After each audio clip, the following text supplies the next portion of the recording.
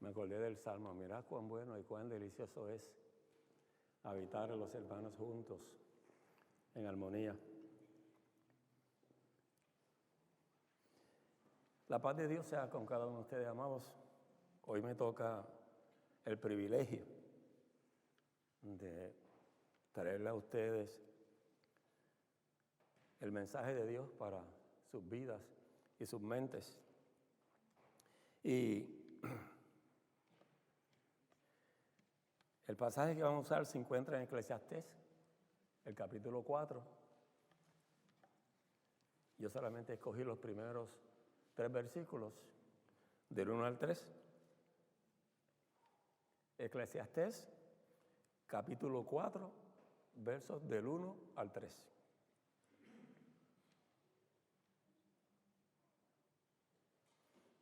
Y usted, Gaby se ríe porque el pastor y yo, él a favor de la, ¿cómo es Gaby? NBLH.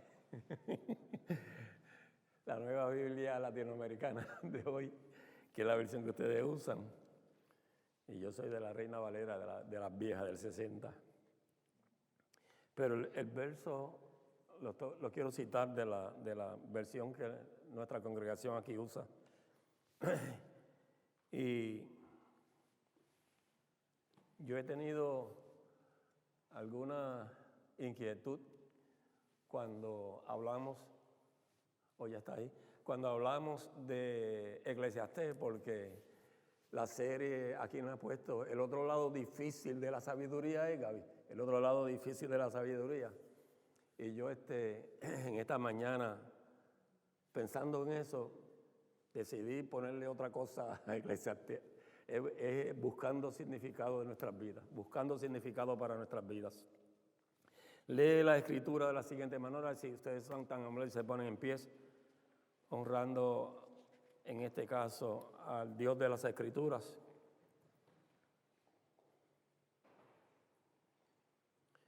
Dice, versículos del 1 al 3, entonces yo me volví y observé todas las opresiones que se cometen bajo el sol, y vi las lágrimas de los oprimidos, y no tenían quien los consolara.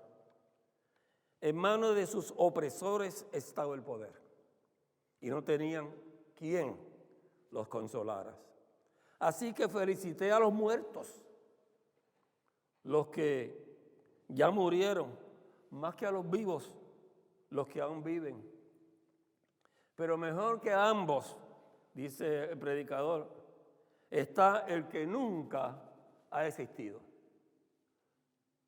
que nunca ha visto la maldad o las malas obras que se cometen bajo el sol. Amado, el profeta dice que la hierba se seca, la flor fallece y cae, pero la palabra de Dios, de nuestro Dios, permanece para siempre. Oremos.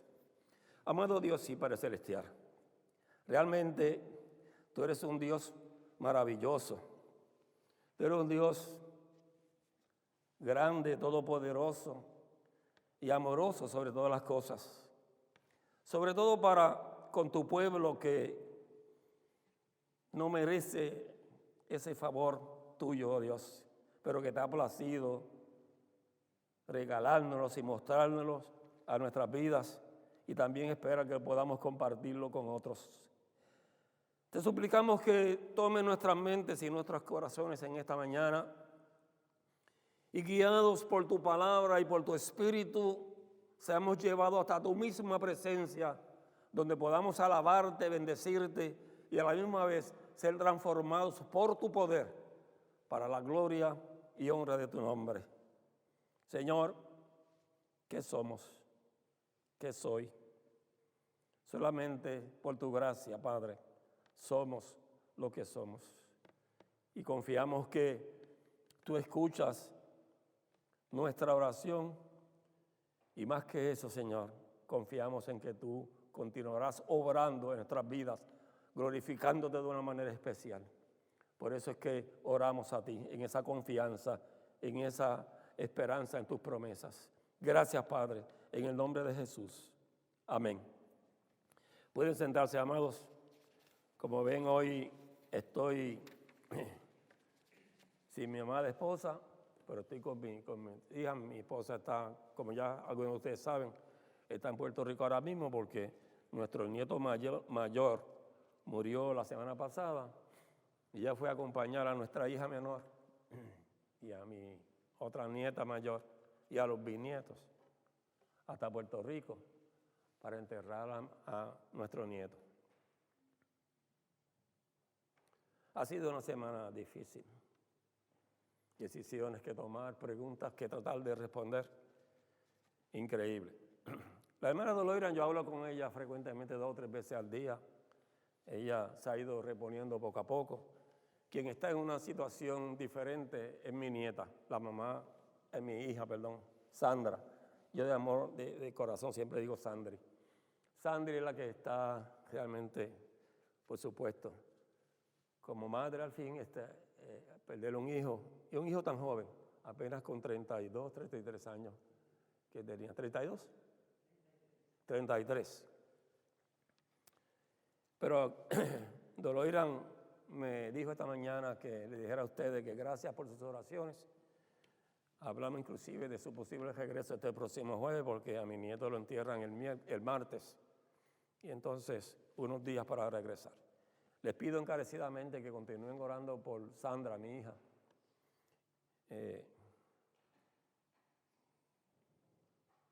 Es fuerte.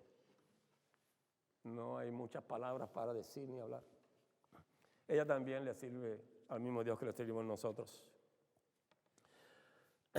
Bueno, amados, yo voy a comenzar en esta ocasión por la conclusión, por parte de la conclusión de este pasaje. Y lo voy a hacer porque hace alrededor de 12 o 13 días yo leí este capítulo de Eclesiastés 4 porque creía que nuestro pastor Gaby iba a predicar el domingo pasado sobre Eclesiastés 4. Entonces yo me senté en casa bien temprano en la mañana y lo leí. Y decidí escribirle al pastor un mensaje de texto sobre mi lectura esa mañana del pasaje que me toca predicar hoy. Ni pensaba yo que me iba a tocar predicar de ese pasaje en el día de hoy. Y tengo escrito aquí, fui a mi computadora, ¿sabes? Las computadoras guardan todo lo que uno le escribe. Y busqué el mensaje que yo le mandé a Gaby hace unos cuantos días, 12 o 13 días. Y se los voy a leer literalmente lo que yo le escribí a Gaby. Y esto yo lo tenía reservado para la conclusión, pero quiero hacerlo ahora. Y esto es literalmente lo que yo le dije a Gaby sobre Eclesiastés 4, cuando yo no pensaba que iba a predicar sobre esto, y que pensaba que era Gaby el pastor Gaby, el que iba a predicarlo. Que de hecho no predicó ese día de Eclesiastés 4, sino terminó Eclesiastés 3. Le digo yo, me voy a citar a mí mismo. Acabo de terminar de leer Eclesiastés 4. Está sorprendentemente moderno y actual. Pensé 3 cosas. Esto es lo que yo literalmente le mandé a decir a Gaby. Pensé 3 cosas. Primero, en forma de pregunta, ¿cómo nosotros los cristianos hispanos, oprimidos y sin consolación por otros cristianos opresores con la fuerza de sus manos, pudiéramos enseñar a los opresores que eso es despreciado por Dios? Eso fue lo primero que yo escribí, la primera pregunta y primera cosa que yo me inquietó cuando leí esto y le mandé a decir esto a mi pastor. Continúo leyendo. También, ¿cómo es que los cristianos hispanos oprimidos y sin consolación podemos evitar convertirnos en opresores? Fue la otra pregunta que yo le mandé a decir a Gaby, a nuestro pastor. ¿Cómo es que nosotros, los cristianos oprimidos, podemos evitar convertirnos en opresores? Y miren lo que yo dije de ustedes. pienso en la dificultad y escasa motivación que les debe producir a los miembros de la congregación leer el Eclesiastés.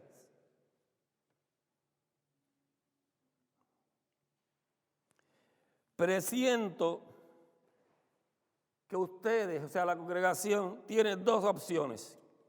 La primera es no leerlo.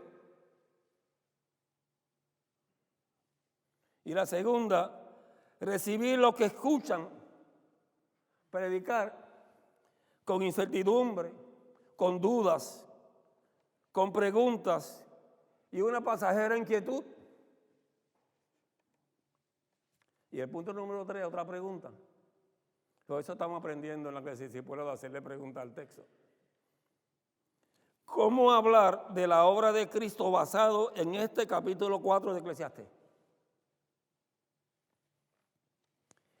Esto es, sigo leyendo, sin ser moralistas. Moralistas hablamos de estar poniendo carga y carga. Hagan esto, no hagan aquella otra cosa. Y ver de una forma moral y no espiritualmente.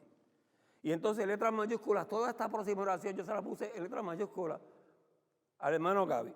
Humildemente creo que después de oír un domingo lo que Dios nos dice en este capítulo 4, acuérdense que yo no iba a predicarle esto. No debemos salir del templo sin oír una bendición pastoral. Algo así como, y le doy un ejemplo acá, le di un ejemplo al pastor. Dios nuestro Consolador está con nosotros cuando salimos de la casa de Dios a un mundo saturado de creyentes oprimidos por creyentes opresores. Por último, le dije yo a Gaby, recuerda por el amor de Dios que no es mi intención molestarte o arruinar tu tiempo de meditación y reflexión cuando estés preparándote para predicar Eclesiastés 4. Punto.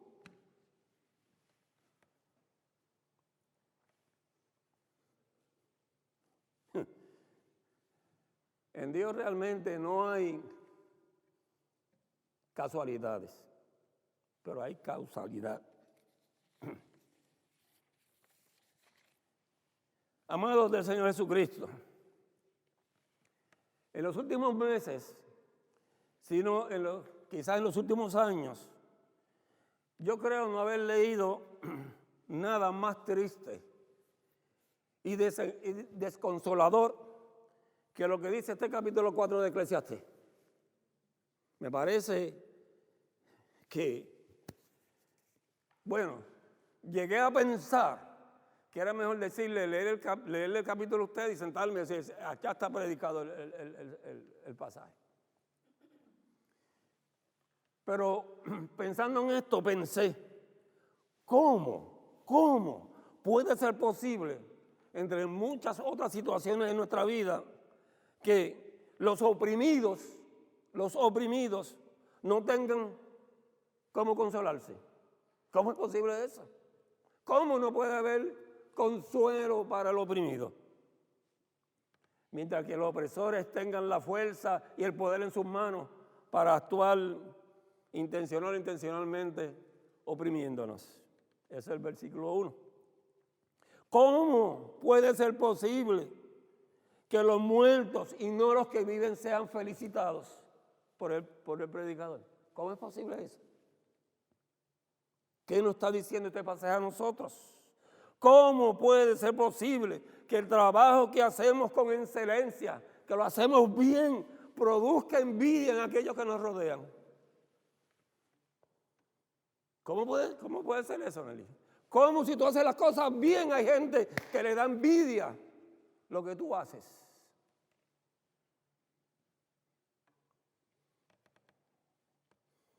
¿Cómo es posible que nos empeñemos en trabajar y pasar la aflicción de espíritu que nos causa el trabajo? Especialmente si no confiamos en el Señor. ¿Cómo es posible que dediquemos toda una vida a trabajar casi sin cesar? Cuando Dios dice, por ejemplo, no te afanes por el día de mañana, cada día trae su afán, cada día su mal. Mira las aves, por favor. Mira, observa las aves que no tienen un granero. Y con todo eso, Dios le da su comida. Mira las flores del campo. Mira las flores del campo que no hilan, no trabajan, no tienen que ir a Walmart o a ningún sitio a comprar ropa. Y sin embargo, ni aun Salomón con toda su riqueza se vistió como una simple flor del campo.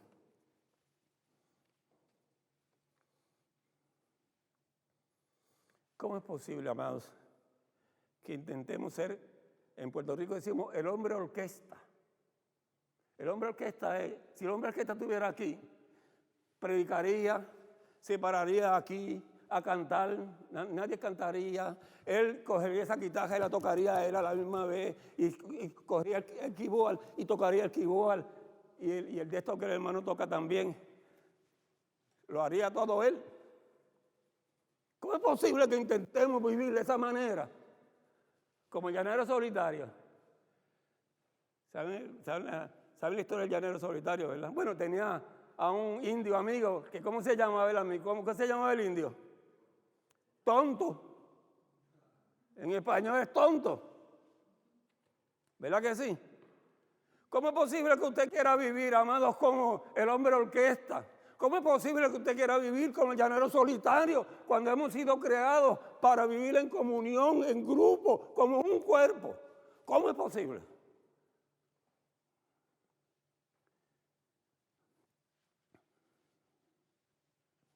Bendito el que vive. ¿Cómo es posible que continuemos viviendo como necios cuando Dios está dispuesto a darnos la sabiduría, su sabiduría, si se la pedimos? Vamos en busca de sabiduría a cualquier lugar menos de Dios. En las universidades, en Duke, en Westminster Theological Seminary. Mi nieta está loca por irse en Sistey, en Sistey, ¿verdad, nieta? Y allá, en la otra iglesia, le dice, no, ¿por qué no te vas para UNC? ¿Por qué no te vas para yo no sé qué? Y ella está empeñada. Pero ¿y qué buscamos nosotros en esos sitios si no hemos buscado primero la sabiduría de nuestro Dios? Necios somos. No estoy hablando en contra de que nos eduquemos. Lo que se me hace imposible es que continuemos viviendo una vida como necios cuando tenemos un Dios sabio que está dispuesto a darnos todo lo que le pidamos en cuanto a sabiduría se refiere. En resumen, porque he hecho tantas preguntas, ¿cómo es posible que nos aferremos a vivir y pensar contrario a lo que es la voluntad de Dios? Y no me tienen que decir ustedes que usted no lo hace, porque yo sé que lo hace. Porque si usted es como yo, lo hace. ¿Cómo es posible que no nos acerquemos y desarrollemos más intimidad con el Creador de los cielos y de la tierra? Que desarrollemos más intimidad con nuestro Salvador, Jesucristo, con el Espíritu. ¿Cómo? Pero ¿cómo es posible, amados? Vivimos pegados a Facebook. Eso sí que se nos hace imposible dejarlo. ¿Cómo es posible que vivamos de la manera en que vivimos? Nuestra situación realmente mejoraría y cambiaríamos si hiciera como hizo el predicador en este capítulo 4 de Eclesiastés. Mi primera observación cuando leí el capítulo, ya sabiendo que le iba a predicar a ustedes, fue la acción del predicador de ver, de mirar, de observar. Me llamó la atención mucho que casi todo el capítulo el hombre dice, mira esto, mira aquello, ve aquello, ve aquello, vea esto. Yo dije, eso me llamó la atención. A la soltar, como decimos en Puerto Rico, me llamó la atención más que ninguna otra cosa, más que definir términos, más que hacer otro tipo de cosas que por lo general lo que yo hago. Me llamó la atención eso. Miren cómo dice, el verso 1 dice, me volví y vi, la versión nuestra, la versión de ustedes dice, y observé todas las violencias, o sea, los crímenes, las pasiones, el terrorismo que se hace debajo del sol. Me volví y vi y observé todo eso. El verso 3. Y tuve más feliz, y esto no me pregunte, no se le ocurra preguntarle al maestro, hermano, ¿cómo se puede explicar eso? Dice, y tuve por más feliz, el verso 3, al que no ha sido aún, o sea, al que no ha nacido, que no ha visto la maldad, las malas obras que debajo del sol se hacen. O sea, este hombre dice, yo me volví y vi que era más feliz el que no ha nacido todavía. ¿Sabes? Cuando yo pensaba en eso, pensaba en Riz y Nelly. Yo pensaba y decía, bueno, son una pareja joven, lo más seguro que aspira a tener sus hijos. Pues si ellos van a tener un hijo en el mañana, si yo lo puedo decir con un hijo, ese hijo que todavía no ha nacido es más feliz que cualquiera que haya nacido, se haya muerto o que viva ahora. Y yo dije, ¿pero qué es eso? ¿Cómo podemos explicarle eso?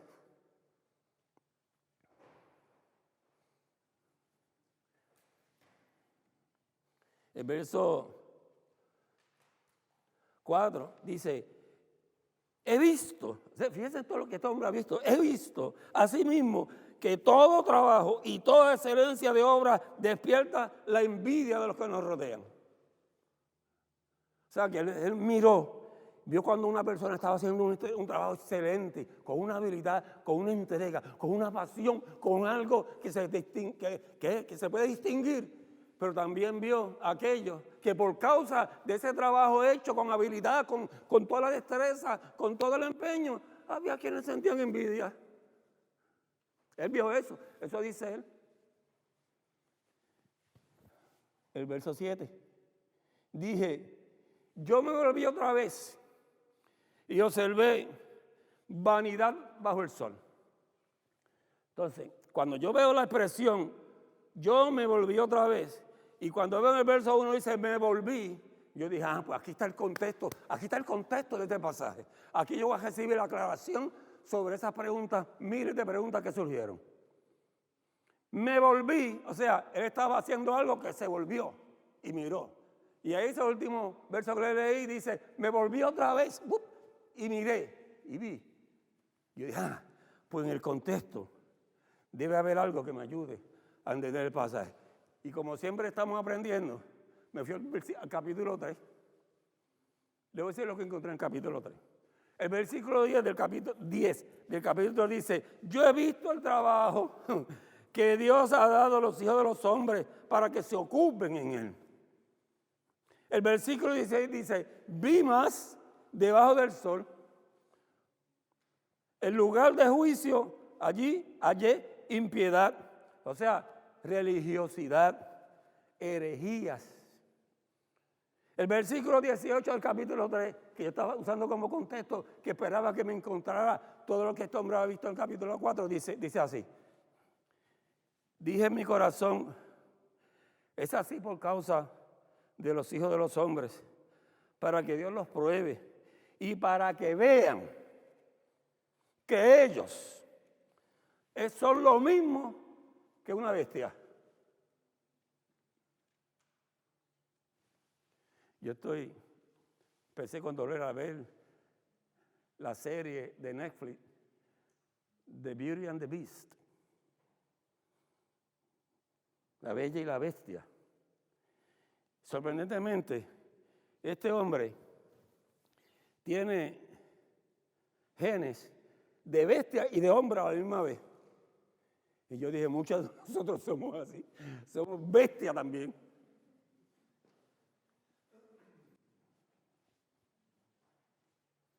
Cuando es una bestia, Vincent se llama él, destruye todo lo que está a su lado, hasta la bella por poco les barata.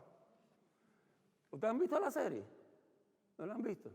Yo la encuentro interesante, y más cuando veo este tipo de argumentación a través de Hollywood. Y el verso 22 del capítulo 3 dice, así pues, he visto que no hay cosa mejor para el hombre que alegrarse en su trabajo, porque esta es su parte. Porque ¿quién lo llevará para que vea lo que ha de ser después de él. Me dejó igual el capítulo 3 que el capítulo 4. Exactamente igual. Cuando leí eso me acordé, hace muchos años, yo vivía en Estados Unidos y quería regresar a Puerto Rico, y mi papá tenía una casa que tenía unos amigos, una amistad de él viviéndola. Y yo le escribí a mi papá, yo quiero que tú me dejes vivir en esa casa. En otras palabras, saca a la persona que está ahí, aunque sea tu amigo, que yo quiero ir ahí. Y mi papá me escribió, a los dos meses me escribió. El que vive ahí es mi amigo y no lo voy a sacar. Pero voy a hacer algo. No voy a hacer. Hice algo. Te di el dan pronto de una casa para que te vengas con Lorigan. Él decía Lorigan, para que te vengas con Lorigan. Tú estabas, tú no estabas. Tú tenías que estar. Y Sandrita también. Y yo estuve como un año, Linda, pagando una casa que yo no sabía lo que mi papá había dado, ni Lorigan, ni nada de eso. Esa misma casa que yo le pedí a mi papá, pasados los años, yo le digo, dásela a tu hija, mi hermana mayor. Mi hermana menor, era menor que yo. Mi hermana murió también. Lamentablemente murió el mismo día que murió mi mamá. Las dos se murieron el mismo día. Y mi papá me dice, no le voy a dar esa casa a tu hermana. Pero no hizo como hizo conmigo, no fue y le compró le dio el down payment, no, porque papá no me compró la casa, él me dio el down payment. Yo siempre me quedé pensando, ¿por qué mi papá hacía eso? Si él tenía otras propiedades. Si alguien hubiese permitido que mi papá estuviera vivo hoy, él se daría cuenta lo vano que es a veces trabajar por cosas, porque uno no sabe qué va a hacer el que viene detrás. La casa que mi papá no la quiso dar a mí, ni a mi hermana. La vi de otra persona, también amigos de mis padres. Ya murieron todos, esos amigos de mis padres murieron. Pero la casa, yo fui a verla y las polillas están haciendo agosto con esa casa. O sea, las polillas, las termites.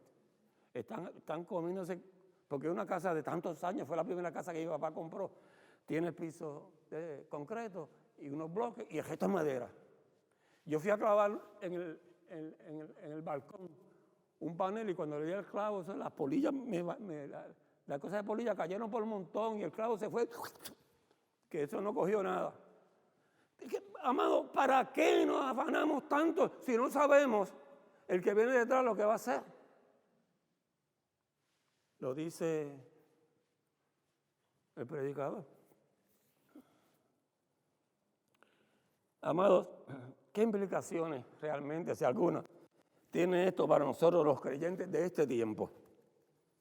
Hace algún tiempo que leí un libro, estaba en Santo Domingo yo en un entrenamiento, y leí un libro de un obispo anglicano que se titula Verde. El libro se titula Verde, así de sencillo, Verde.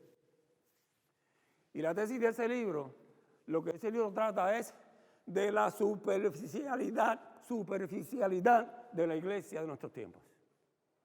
La iglesia, dice este anglicano, que la iglesia de este tiempo es una iglesia superficial. Y yo me pregunté inmediatamente, yo me hago preguntas como José Loco. Yo dije, si la iglesia es superficial, ¿cómo serán sus miembros?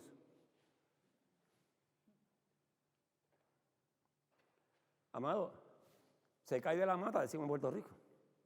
Solo tiene más que una explicación. Que la iglesia es superficial porque sus miembros son superficiales.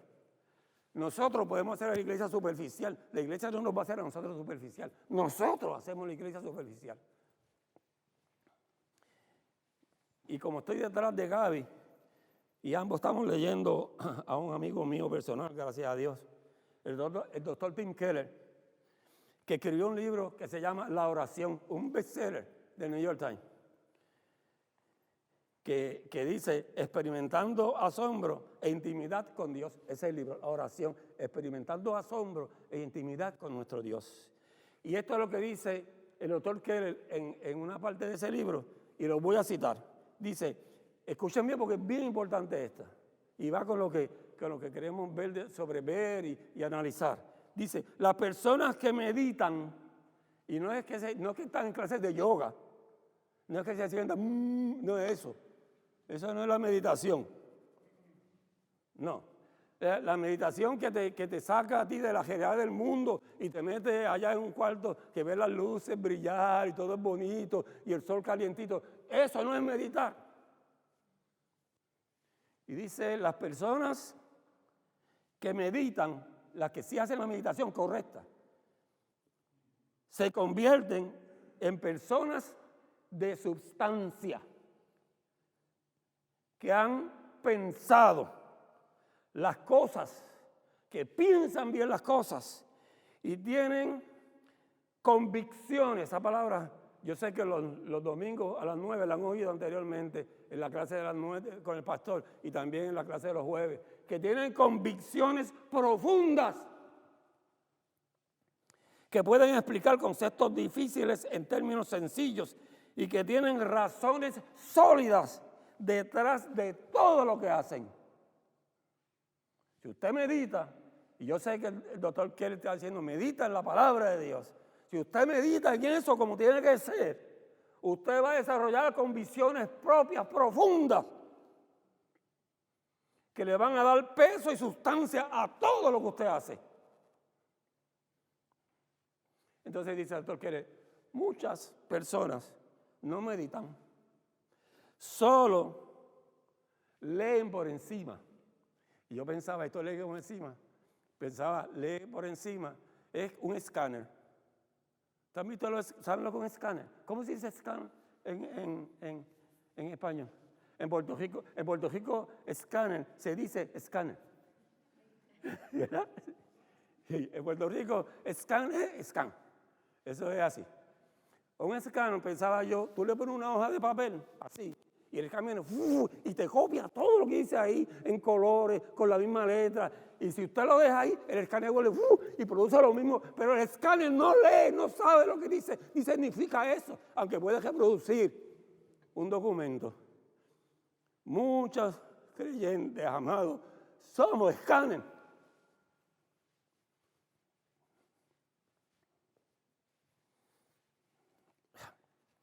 Perdóneme.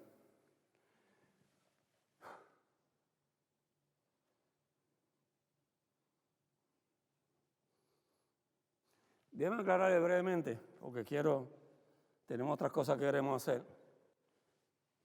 En el idioma hebreo, ver, la raíz de ese verbo, de ver, de mirar, de observar, no tiene que ver nada con observar y escanear una cosa. No tiene que ver con eso. Tiene que ver con otra cosa que muchos de nosotros rehusamos hacer. Tiene que ver con entender.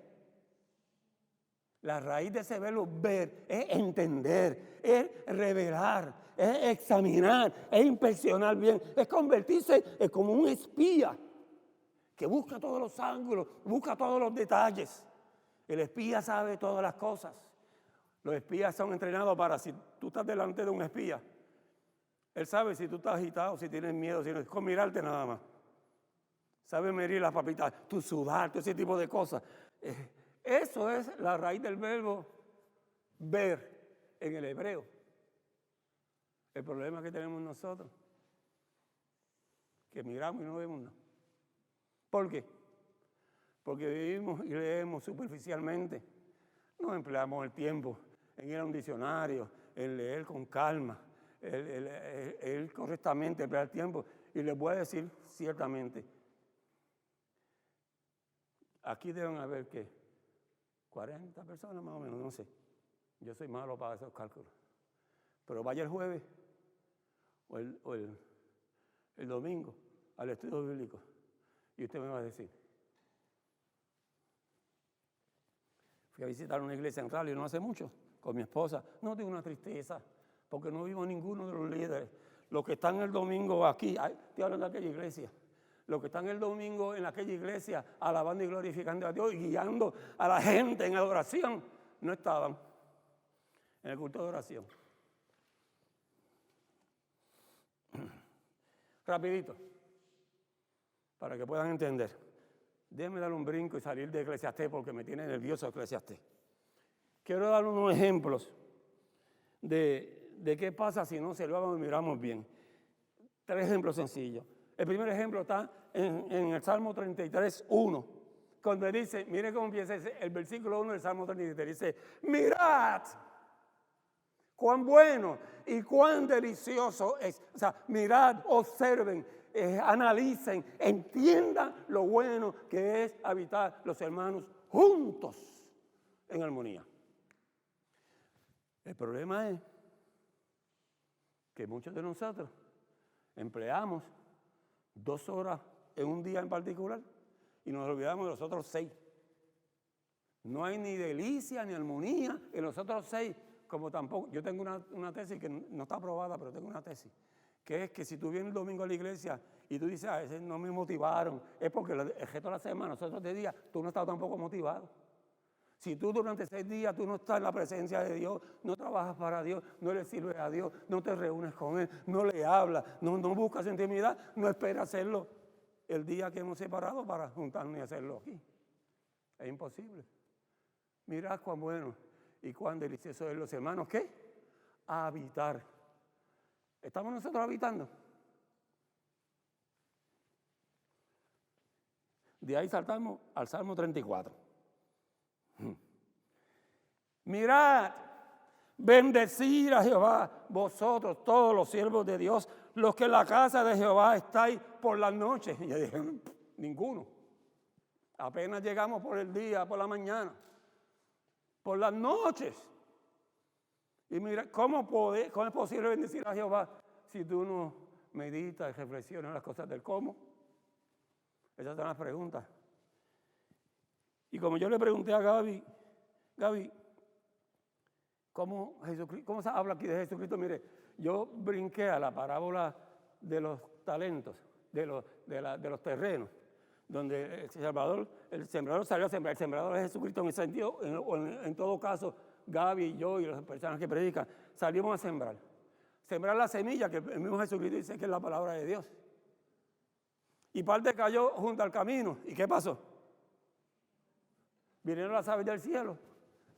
Que cuando Jesucristo lo preguntó, dice que el que no entiende la palabra de Dios, viene el enemigo y se las quita. Y yo nunca creí que eso era posible.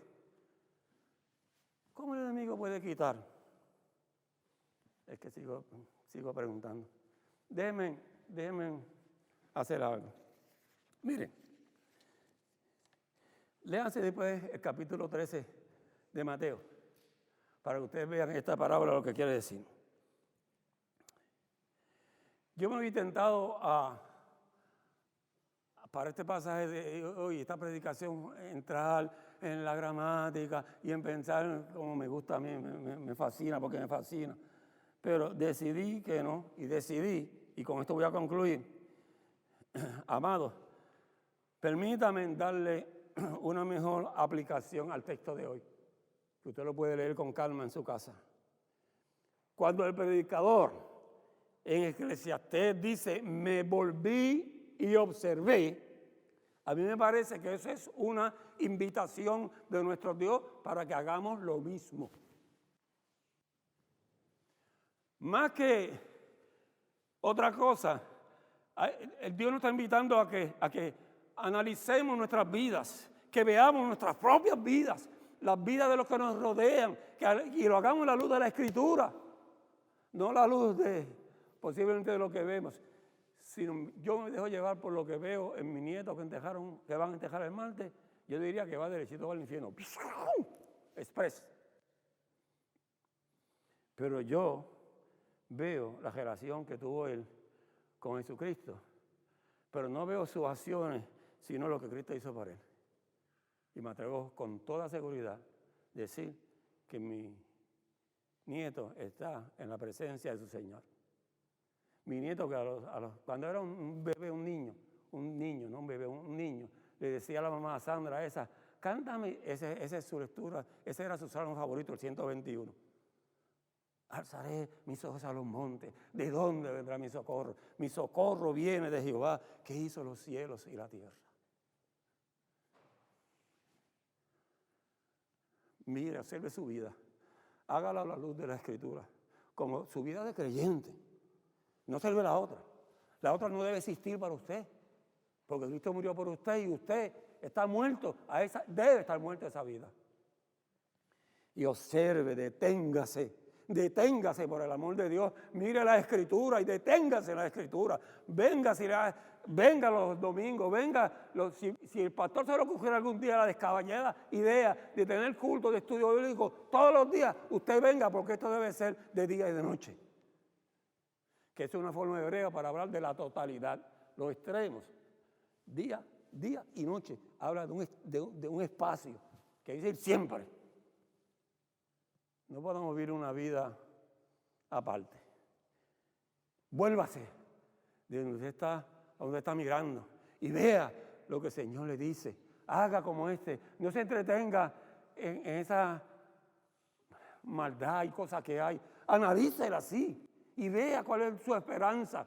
¿Qué tiene que usar usted para que esa esperanza sea firme, que hagan unas convicciones profundas y serias en sus vidas?